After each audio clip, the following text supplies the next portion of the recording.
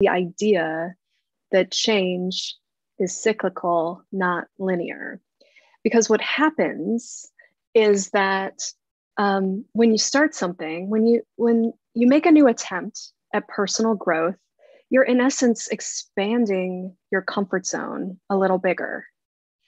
And that's a good thing. Regardless of how long you stick with it, you've still expanded your comfort zone, right? And I think if you don't take the steps to do that, your comfort zone actually constricts and becomes smaller over time. It's the Health in the Real World podcast. It's time to start the show with Chris Janke as your host. Here to give you everything that you need when it comes to fitness strategies. We keep it simple and easy. It's your roadmap to get healthy. You don't need equipment and you don't need a gym. Just the right strategies to get you fit and trim.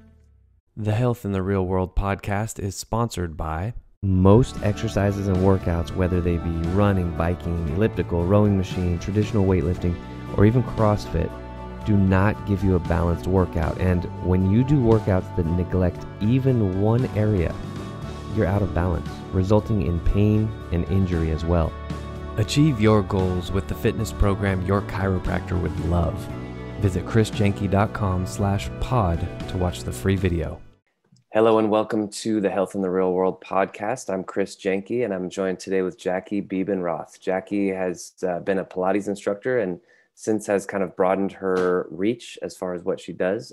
Jackie, welcome to the show. Thanks so much, Chris. I'm excited to talk to you today. Me too. Could you fill in any gaps that I missed in the introduction as far as who you are and who you help? Certainly. So I am actually an ad agency owner, and I have been in marketing for over 20 years. I did go down the side hustle route of learning how to be a Pilates instructor, and I was a trainer for 12 years just in the evenings and on the weekends, which I found a lot of fulfillment in outside of my day job. So I'm coming to you with some experience as a trainer and then as a marketer who helps nutrition and wellness businesses acquire new clients and maintain the relationship with them over time. And that's pretty much everyone who listens. You're either listening to this because you want some health tips, or I've built up a lot of friends as trainers who I'm sure are going to be very interested in what you have to say about marketing and pairing their skills with the right people, because that's all marketing is. It's like introductions, right? Yeah, absolutely. And not just connecting with the right people, but communicating with them to help them understand why they decided to make these changes in the first place and how the work that they're doing with their trainer is really making a difference in their lives. And as you probably know, quite often, the reason that they come to you isn't always the reason that they stay with you. They might come to you for vanity reasons or something, but then they start to feel the benefits, and then that's what creates a sustainable relationship. So it's really fascinating work to get into the field of behavior change. That's very true. So how did you originally get into, let's start with the fitness aspect. How did you get into becoming a Pilates teacher, your interest in Pilates and fitness in general?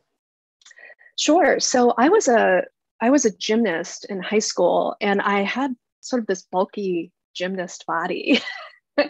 And I wanted to slim down coming out of college.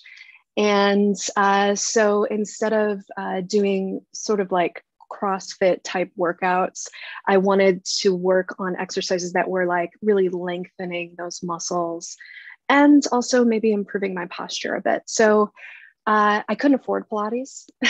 I think that's my main critique about Pilates. I wish it were a little more accessible to people. So I started in a teacher training program, and I over the course of 3 years attained a classic Pilates certification for reformer equipment and also teaching that. And then I taught group classes and privates for 12 years following that. Nice, 12 years. Do you still do Pilates personally yourself? I do. I will say, and again, I think I'm preaching to the choir here. I was training myself. And so as a result, I wasn't seeing the imbalances in what I was doing. And with the repetition of the method again and again and again, I think I kind of I tweaked my back a bit, and I had some back issues after time. And so I decided to stop doing it, move more into yoga, and some light resistance training. And that's sort of where I am now, although I do go back to Pilates on occasion. Yeah. I think the big thing about what you just said is training yourself. And I usually say, like, you can't do surgery on yourself. Like, every trainer needs a trainer, right? You need somebody else's eyes to say, I think you're doing too much of this exercise and maybe not enough of this, creating some imbalances in that way. So yeah, we have a really cool analogy around that. It's almost like you're in the jar and you can't see the label. Like, you understand the substance, and you understand how to design what you want for yourself, and you can feel it, but you can't see it. Right. So you need somebody. You understand the substance, and you're swimming in it all the time. Like, how many fitness classes I've given, and done with other people, yet, how many times have I actually been watched by somebody and given that feedback, that critique, like that label, like you say, hey, the label says you're a little bit high in sodium here, buddy. You might want to, balance that out a little bit. And so you don't want to hear it sometimes. So you do need somebody to tell you. Right. Right. And so now you're, the bulk of your time is helping health professionals to market. So how did you make that transition? Talk about that a little bit and about how you got started with that. Well, I came out of college. I've always been a marketer for my entire adult life. Marketing is my mind work, whereas Pilates was my body work, and as I've come into my 40s, I've started exploring some more spiritual work as well. So I'm kind of bringing it all together. But marketing can be a very fickle business, like, there's movies made about marketing executives who wake up one day and they're like, my life is meaningless. And then they go off and do something, purposeful with their life. And I kind of felt like after maybe 15 years in the business, even though I was getting a lot of, I felt like I was making a lot of impact as a Pilates instructor, I felt like my day job was kind of like, I'm just trying to sell people stuff they don't need or want. Right. So I really transitioned my career to be intentional and focus on people who help people. So wellness brands, coaches, whether you're a health coach or just more of a consultant, nutrition brands, and brands that are really, they offer the promise of transformation. And so in essence, I've really kind of combined my purposeful Pilates work with my intellectual marketing work. And now we really get a lot of warm, fuzzy feelings out of helping our clients grow their businesses, because we know that they're just making an impact on the greater population.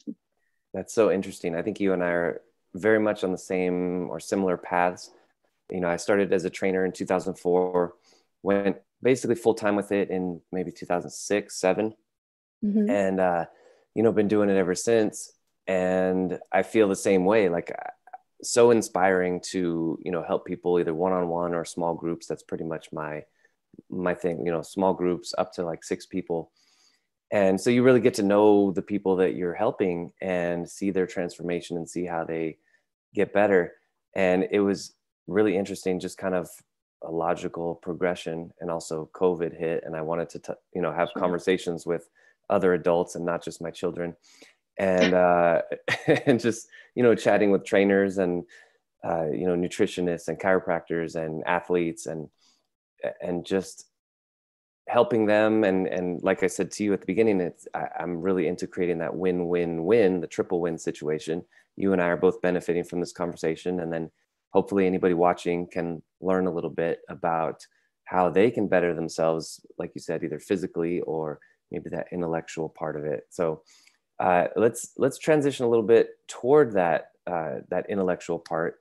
So we're talking more toward either the fitness trainer or the health professional. or maybe even somebody who maybe like a lawyer or a doctor, well, doctors are health professionals, but you know, like another professional, a CPA, maybe they help people, but you know, like the marketing aspect. So this is a very broad question and you can go whatever direction you want, but what are some marketing principles that you live by that help your clients to kind of present themselves in a positive way to their potential clients or partners?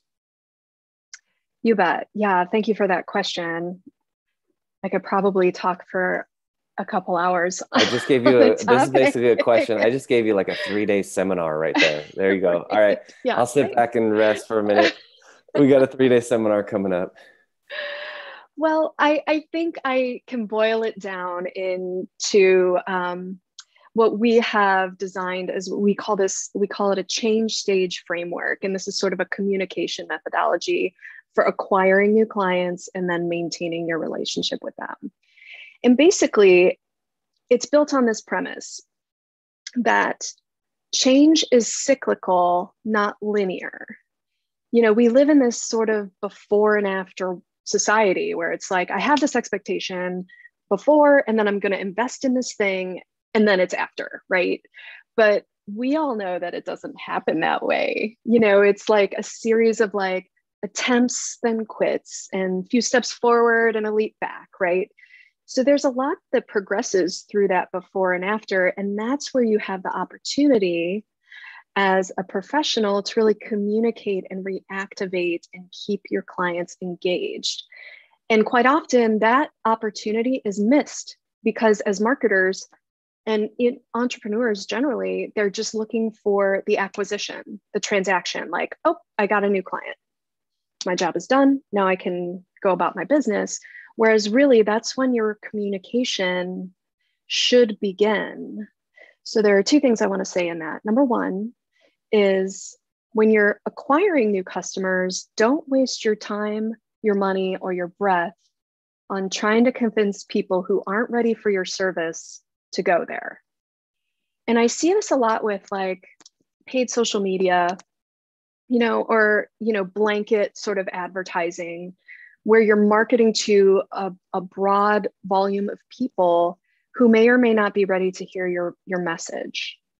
People, specifically people buying wellness services, they need to already have that trigger event that is, they're ready for you, whether that's maybe they have some back pain or maybe it's New Year's and they have this resolution, they want to lose weight, right?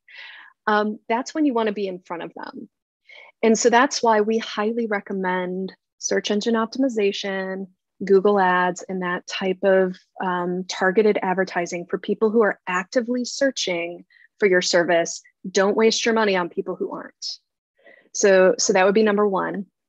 And then number two, once they come in the door, we've done a lot of research around this. We actually invested in a proprietary study around lifestyle change and how people really maintain it versus like dropping out.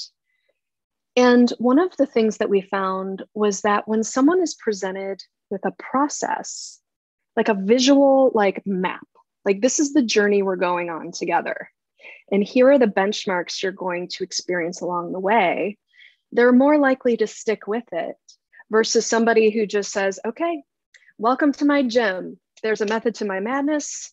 Get on board and get ready for the ride. Like people get lost in that, right? So give them the guide and the path that they can expect and give them something to work toward as they move forward with you. I like that. And what occurred to me when you were just talking about that is like a roller coaster, like, hey, I have a method. Let's go, right? People like roller coasters, but they don't want the roller coaster to last for 3 years, right? It's like, right. Okay, maybe it's unpredictable in the beginning, but I need a roadmap. I need to know where we're going. I like that. And I like what you said, that it's not linear. It's a series of attempts and quits. Yeah. And if I could have $1 for every time I had an attempt and then a quit and then another attempt, oh man, I'd have a lot of money. Back in the day, remember 2008 and the housing crash and the economy tanked and I lost like 3/4 of my clients in a week. And I was, second guessing myself, and I was this close to getting a job at, I think I was looking at Home Depot or somewhere like that. Oh my gosh. And just like considering quitting altogether. And then it was like, coming in, licking my wounds, and then going back out again. And like you said, success is cyclical. I like that. Makes sense too. You're going to market to people who are actually looking for you, right? They're looking to solve a problem, and you can solve their problem, and boom, there's a match. And what I will say in that, I alluded to it earlier, where someone might just have like something in mind. What they want isn't always what they need. And professionals know that, but the people don't, right? So I used to have people come in all the time to train with me with Pilates, and they'd be like, I just need to lose a couple inches around my waist. And I know this is all about core strength. So I'm going to, I'm going to slim down and fit into those pants. And I'm like, yeah, well, maybe. Right. But really what you're going to do is like, I'm going to help you get there. If that's your goal, let's work on that. Right. But in the back of my mind, I'm also thinking, man, because we're going to work on this core strength, this person is going to be taller. They're going to walk through the world with more confidence and grace. And I'm going to keep reminding them of that as well, so that they are aware of the supplemental benefits that are in addition to that one sort of singular goal that they're coming in for. Right, right. And that's an interesting idea, because that happens a lot with me. Like, I don't really advertise myself as a weight loss thing, but I've seen it over and over again, just like how you describe. It's like somebody comes in with one little goal. It's like, I want to lose weight. And, as a former Pilates instructor yourself, and you probably see this, like you said, supplemental benefits. There's so many things that Pilates can do, that training can do. And that weight loss, it's like, oh, really? That's it? That's all you want, is to lose 20 pounds? All right, we got this in 3 months. Like, no big deal. And then, like you said, there's all kinds of supplemental benefits, and that's why they stay, right? It's like, I don't have any more weight to lose, but I'm going to stick around with Jackie because she makes me feel better. I'm inspired to start my day. I'm standing up taller, better posture, like you said, all these other things that go along with it. So, yeah. And can I just add real quickly that of course, we can never assume that people feel that. Like, we have to remind them of that. We're obligated to really make this an intentional communication and help them understand how they're feeling along the way. That's part of our job. It's not just like training them and seeing them out the door. It's like training them and getting them talking about like these supplemental benefits, because otherwise they won't remember, they won't realize it, all of the other things, and they'll drop off once they hit their goal. Right. Yeah. Health professionals, remind your clients what you've done for them and what you're continuing to do for them. It's very important. It's good for your clients too. It's not just like a marketing trick. It's like, it's good for them, because a client, somebody who's working with you, you want them to be fully invested. Otherwise, there's all this brain chatter going on. Like, should I still be doing this? Do I want to quit? I already hit my goal. Should I quit? Right? You want them lined up like, no, this is the best thing I can do in the morning. I have to start my day working out with Jackie. Otherwise, I'll fall off the wagon again, gain 40 more pounds, whatever the talk is. Right. Yeah, totally. So Jackie had talked about creating that win-win. We're gonna try some psychological yoga here. We started with like the client, right? The fitness. Mm-hmm. We transitioned to the health practitioner, whether it's the trainer, the acupuncturist, chiropractor, whatever. Now we're going to go and blanket both of them at the same time, both groups at the same time.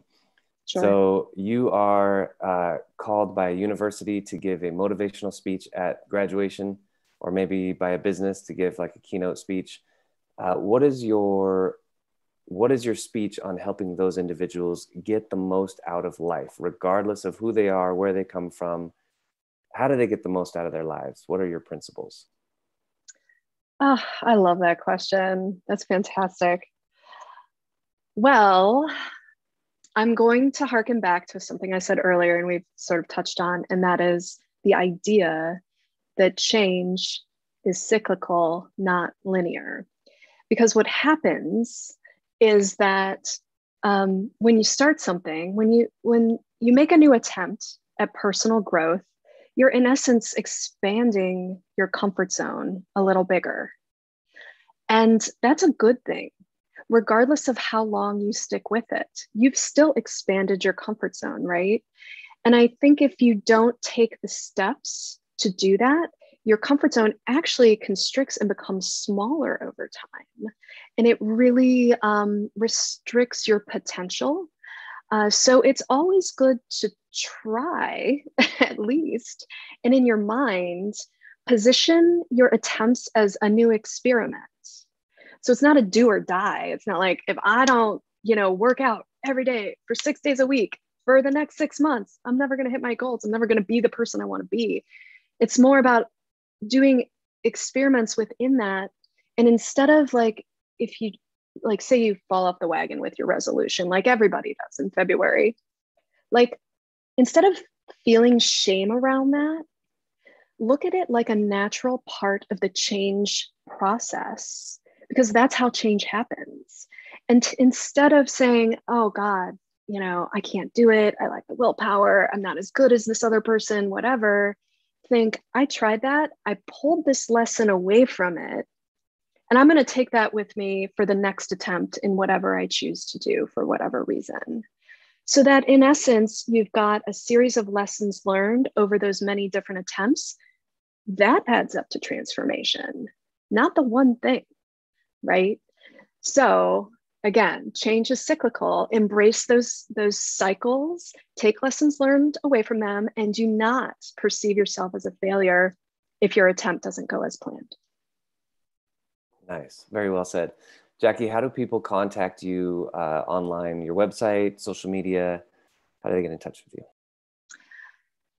Well, I wish I really put more effort into my Instagram, which is Jackie Bebenroth, but I haven't posted there in a few months. So right now you can find me through my business. I am at museheadquarters.com. Our Instagram is also Muse Headquarters.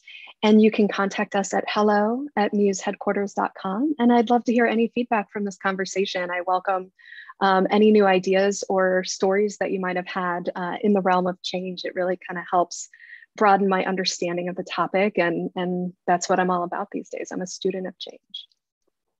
That's great. A student of change. I like that. Mm-hmm. Well, Jackie, thank you again for joining me today. Again, this is Jackie Bebenroth. Thank you for joining me today on Health in the Real World podcast. Right on. Thank you, Chris. Thanks for listening to the Health in the Real World show. Make sure to like and subscribe and comment down below. Visit mycorebalance.com to learn more.